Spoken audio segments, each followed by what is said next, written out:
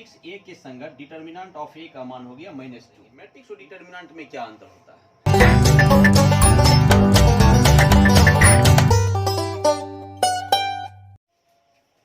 हाय, मैं विमल यादव। आज हम लोग डिटर्मिनेंट चैप्टर स्टार्ट करेंगे और डिटर्मिनेंट चैप्टर स्टार्ट करने से थोड़ा पहले हम लोग मैट्रिक्स के बारे में थोड़ा बहुत जानकारी होना बहुत ज़रूरी है ताकि डिटर्मिनेंट ठीक से समझ में आ सके। ठीक है, आप हम लोग स्टार्ट करेंगे।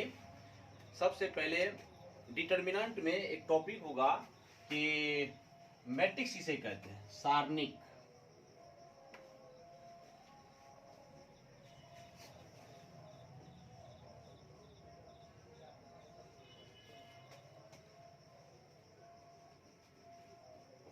डिटर्मिनेंट्स हिंदी में इसको बोलते हैं हम लोग सारणिक। डिटर्मिनेंट में चैप्टर स्टार्ट होने से पहले हम लोग थोड़ा सा मैट्रिक्स के बारे में एक झलक देखेंगे, फिर उसके बाद आगे बढ़ेंगे। ये मैट्रिक्स में है। सबसे पहले हम लोग देखेंगे वर्गाव्यू किसे कहते हैं, वर्गाव्यू। हालांकि ये सब मैट्रिक्स में ही पढ़ने के लिए है, फिर भी थोड़ा सा देखेंगे वर्गाव्यू।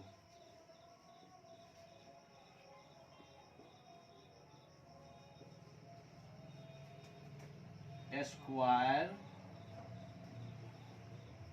मैट्रिक्स, स्क्वायर मैट्रिक्स हिंदी में इसको बोलते हैं वर्गाव्यू।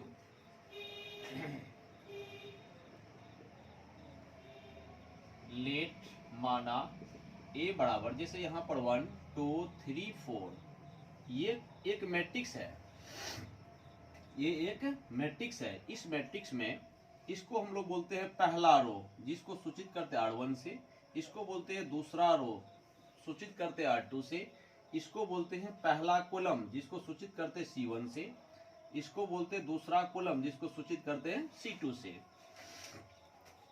अगर पूछा जाए कि इस मैट्रिक्स में R2 का एलिमेंट क्या होगा, तो हम जवाब देंगे 3 और 4 होगा। R1 का एलिमेंट क्या होगा, 1 और 2 होगा। C1 का एलिमेंट क्या होगा, 1 और 3 होगा। C2 का एलिमेंट क्या होगा, 2 और 4 होगा। मतलब कि R मतलब रो और C मतलब कॉलम। ये पहला रो, दूसरा रो, पहला कॉलम, दूसरा कॉलम।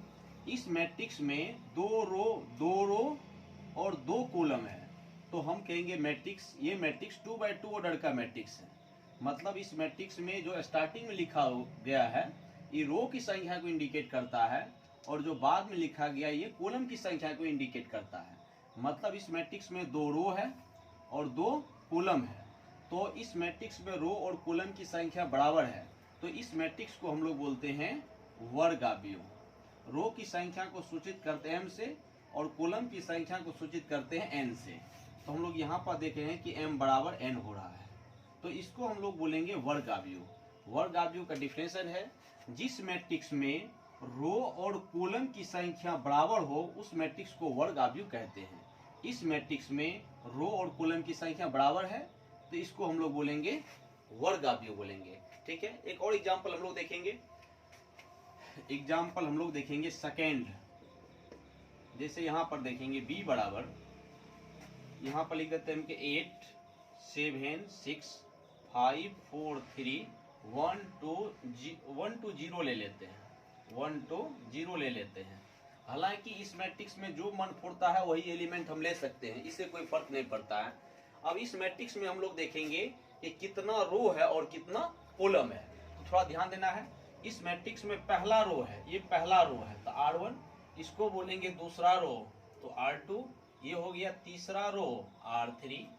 इसको बोलेंगे पहला कॉलम C1, ये है दूसरा कॉलम C2, ये है तीसरा कॉलम C3। मतलब इस मैट्रिक्स में 3 रो है और 3 कॉलम है, इस बात को ऐसे लिखेंगे और इसको पढ़ेंगे मैट्रिक्स B 3 by 3 ऑर्डर का मैट्रिक्स है। इस मैट्रिक्स में भी हम लोग देख रहे हैं कि रो और कॉलम की संख्या बराबर है, मतलब रो की भी संख्या 3 और कॉलम की भी संख्या 3। रो की संख्या को सूचित करते हैं m से और कॉलम की संख्या को सूचित करते हैं n से। तो यहाँ पर हम लोग देख रहे हैं कि m बराबर n, तो ये भी एक वर्गाव्यू है। याद रखना है कि वर्गाव्यू में m बराबर m होता है।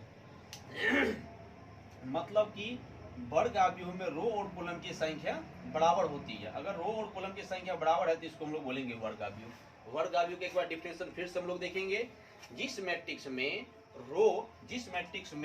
रो और कॉलम की संख्या बराबर हो उस मैट्रिक्स को हम लोग बोलते हैं वर्ग आव्यूह। बस हो गया। तो हम लोग डिफिनेशन थोड़ा लिख लेते हैं। जिस आव्यूह में, आव्यूह मतलब मैट्रिक्स, जिस मैट्रिक्स में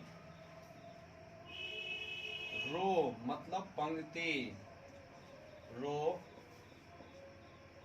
और कॉलम मतलब स्तंभ, जिस मैट्रिक्स में रो और कॉलम, जिस मैट्रिक्स में रो और कॉलम की संख्या बराबर हो उस मैट्रिक्स को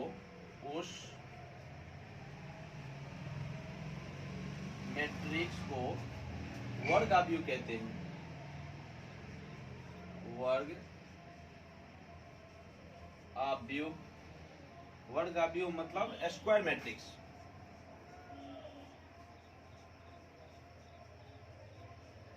स्क्वायर मैट्रिक्स कहते हैं। ये एग्जाम्पल रहा और इसके नीचे में डिफिनेशन हो गया। तो वर्ग आव्यूह कंप्लीट हो गया। सिर्फ इतना ही याद रखेंगे हम लोग वर्ग आव्यूह के बारे में। जिस मैट्रिक्स में रो और कॉलम की संख्या बराबर हो उस मैट्रिक्स को हम लोग वर्ग आव्यूह कहते हैं। ठीक ठाक है। अब हम लोग सीधे चलेंगे किसे कहते हैं उसके बारे में देखेंगे। बस अब हम लोग चलेंगे डिटर्मिनेंट के बारे में। अब वो डिटर्मिनेंट क्या होता है, मतलब पिछला जो है मैट्रिक्स का थोड़ा झलक देना था मुझे कि वर्ग आव्यूह किसे कहते हैं। अब उसके बाद हम लोग डिटर्मिनेंट के बारे में देखेंगे। अब हम लोग डिटर्मिनेंट के बारे में देखेंगे। इससे पहले हम लोग मैट्रिक्स वर्ग आव्यूह किसे कहते हैं इसके बारे में देख चुके हैं। अब हम लोग सीधे डिटर्मिनेंट के बारे में देखेंगे क्या होता है। बहुत इजी वे से हम लोग देखेंगे, थोड़ा ध्यान दीजिएगा। जैसे लेट माना ए बराबर, जैसे यहाँ पर एक मैट्रिक्स ले लेते हैं वर्ग आव्यूह 1 2 3 4। ये एक वर्ग आव्यूह है और ये 2x2 ऑर्डर का एक स्क्वायर मैट्रिक्स है, मतलब एक वर्ग आव्यूह है।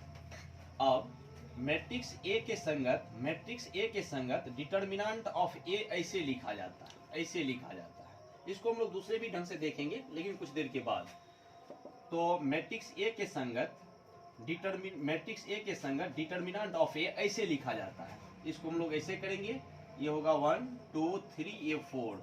अब यहाँ पर ध्यान देना है, 1 को यदि 4 से गुना करेंगे तो 4, 3 को 2 से गुना करेंगे 6, आपस में इसको घटाएंगे तो होगा -2। तो मतलब डिटर्मिनेंट ऑफ ए का मान हो गया -2। ये रहा आंसर। मेरा कहने का भाव ये हुआ, तो ये जो मैट्रिक्स है एक वर्ग आव्यूह है, इसके संगत जो होगा डिटर्मिनेंट ऑफ ए ऐसे लिखा जाता है और मैट्रिक्स का चिन्ह ऐसे होता है प्राय, और डिटर्मिनेंट का चिन्ह ऐसे होता है। ये बात आपको याद रखना चाहिए। उसके बाद ये देखेंगे कि मैट्रिक्स ए के संगत डिटर्मिनेंट ऑफ ए ऐसे लिखा जाएगा। मैट्रिक्स के चिन्ह को हटा के डिटर्मिनेंट का चिन्ह कन्वर्ट करेंगे और 1 को 4 से गुना करेंगे 4 माइनस फॉर्मूला में होता है, याद रखिएगा ये फॉर्मूला में होता है। 3 दूना 6 घटाएंगे तो होगा -2। मतलब मैट्रिक्स ए के संगत डिटर्मिनेंट ऑफ ए का मान हो गया -2। बिल्कुल सही है। तो याद रखिएगा कि -2 जो होगा एक वास्तविक संख्या है। -2 एक वास्तविक संख्या है। थोड़ा और भी ध्यान देना है आपको। जो मैट्रिक्स और डिटर्मिनेंट में अगर कोई अंतर पूछ दे तो हम क्या जवाब देंगे। मैट्रिक्स और डिटर्मिनेंट में क्या अंतर होता है। मैट्रिक्स जो होता है संख्याओं या फलनों का आयताकार या वर्गाकार क्रम विन्यास होता है। मेरा कहने का भाव होता है मैट्रिक्स कुछ संख्या या तो आयताकार फॉर्म में रहेगा या वर्गाकार फॉर्म में रहेगा, तो उसको हम लोग बोलेंगे मैट्रिक्स। लेकिन डिटर्मिनेंट जो होता है वो एक संख्या होता है, चाहे वो वास्तविक संख्या हो सकता है या काल्पनिक संख्या हो सकता है या कोई एल्जेब्रिक टर्म भी हो सकता है। तो हम कहेंगे मैट्रिक्स ए के संगत डिटर्मिनेंट ऑफ ए एक संख्या होता है, मतलब कि मैट्रिक्स संख्याओं या फलनों का आयताकार या वर्गाकार क्रम विन्यास होगा, लेकिन डिटर्मिनेंट जो होता है एक संख्या होता है। यही मैट्रिक्स और डिटर्मिनेंट में अंतर होता है। और भी हम लोग थोड़ा सा आगे बढ़ेंगे। एग्जाम्पल हम लोग सेकेंड देखेंगे। जैसे b बराबर यहाँ पर 5, 6, 7, 8, ठीक है। अब मैट्रिक्स B एक वर्ग आव्यूह है, तो वर्ग आव्यूह के संगत डिटर्मिनेंट ऑफ B कैसे निकाला जाता है, वो ऐसे निकालेंगे। मतलब मैट्रिक्स B के संगत डिटर्मिनेंट ऑफ B ऐसे लिखा जाता है, ऐसे सूचित किया जाता है। ये हो जाएगा 5, 6, फिर 7 और 8, तो 5 8 40, 7 6 42, इसका कैलकुलेट करेंगे तो -2। ये रहा B, तो ये रहा, ये भी एक वास्तविक संख्या ही है, ये भी एक वास्तविक संख्या है। तो ठीक है, तो ये हो गया मैट्रिक्स B के संगत डिटर्मिनेंट ऑफ B ऐसे लिखा जाता है। और इस बात को चाहे आप ऐसे भी लिख सकते हैं, ऐसे भी लिख सकते हैं, जो ऐसे भी लिख सकते हैं हम लोग, कोई दिक्कत नहीं है। ऐसे डिटर्मिनेंट ऑफ B ऐसे भी लिखा जाता है। मतलब डिटर्मिनेंट ऑफ B ऐसे लिखिए कि ऐसे लिखिए, बात बराबर ही है। ये -2 है तो -2 हो गया, ये भी वास्तविक संख्या, ये भी वास्तविक संख्या। डिटर्मिनेंट ऑफ A ऐसे भी लिखा जाता है, डिटर्मिनेंट ऑफ A ऐसे भी लिखा जाता है। और भी हम लोग देखेंगे, और एग्जाम्पल नंबर हम 3 देखेंगे इसमें। जैसे मान के चलिए A बराबर, यहाँ पर ले लेते हैं I, फिर ये 1, यहाँ पर ले लेते हैं हम I, यहाँ पर भी I ले लेते हैं, ठीक है, I। अगर मैट्रिक्स A के संगत डिटर्मिनेंट ऑफ A निकालना चाहेंगे तो इसको ऐसे सूचित करेंगे। चाहे आप ऐसे भी लिख सकते हैं, इसमें कोई दिक्कत नहीं है। डिटर्मिनेंट ऑफ A ऐसे लिखिए कि ऐसे लिखिए, बात बराबर ही है। तो चलिए ठीक है, हम धीरे धीरे बताएंगे फिर। तो डिटर्मिनेंट ऑफ A कैसे निकालेंगे, ये रहा I, 1, I। अगर हम I से I को गुना करेंगे तो I² माइनस I को 1 से गुना करेंगे तो I। डिटर्मिनेंट ऑफ A बराबर I² का मान -1, ये हो गया -I। तो ये जो है, ये है सौमिश्र संख्या, सौमिश्र संख्या। अंग्रेजी में इसको बोलते हैं कॉम्प्लेक्स नंबर,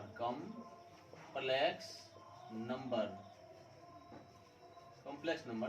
तो मेरा कहने का अर्थ है कि डिटर्मिनेंट जो होता है एक वर्ग आव्यूह के संगत एक संख्या होता है, जो वास्तविक भी हो सकता है और काल्पनिक भी हो सकता है। जैसे यहाँ पर काल्पनिक हो गया, यहाँ पर वास्तविक हो गया, यहाँ पर भी वास्तविक हो गया, या कोई एल्जेब्रिक पद भी हो सकता है। जैसे यहाँ पर, जैसे वास्तविक संख्या की जगह a³ हो सकता है, चाहे x³ हो सकता है, यहाँ पर भी a³ x³, यहाँ पर भी कुछ भी हो सकता है। लेकिन डिफिनेशन में हम देंगे कि वहाँ एक संख्या है।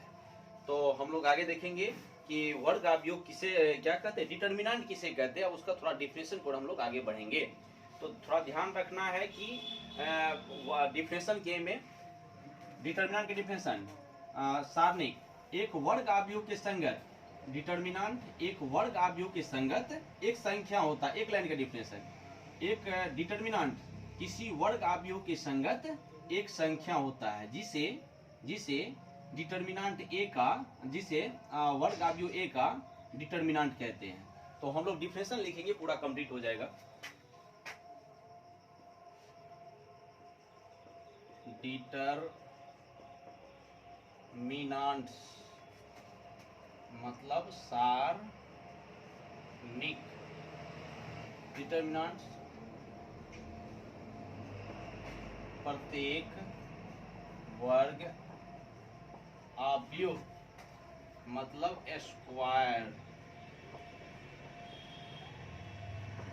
मैट्रिक्स के संगत एक संख्या वास्तविक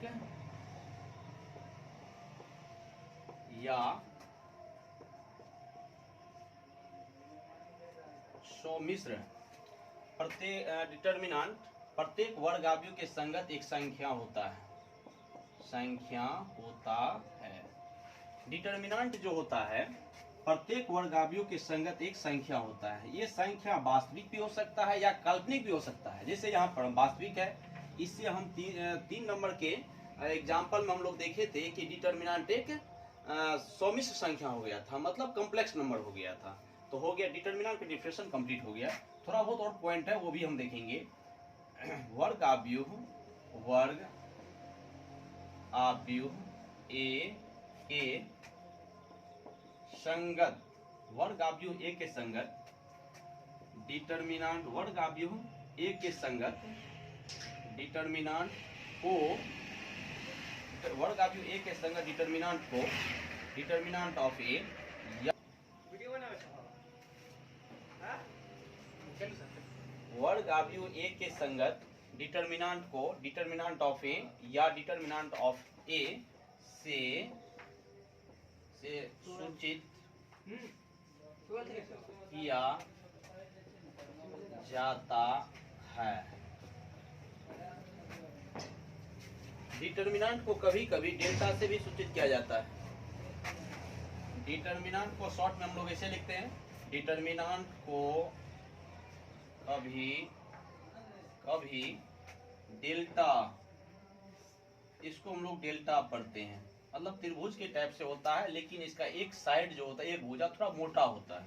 डिटर्मिनेंट को कभी कभी डेल्टा से भी सूचित किया जाता है, किया जाता है।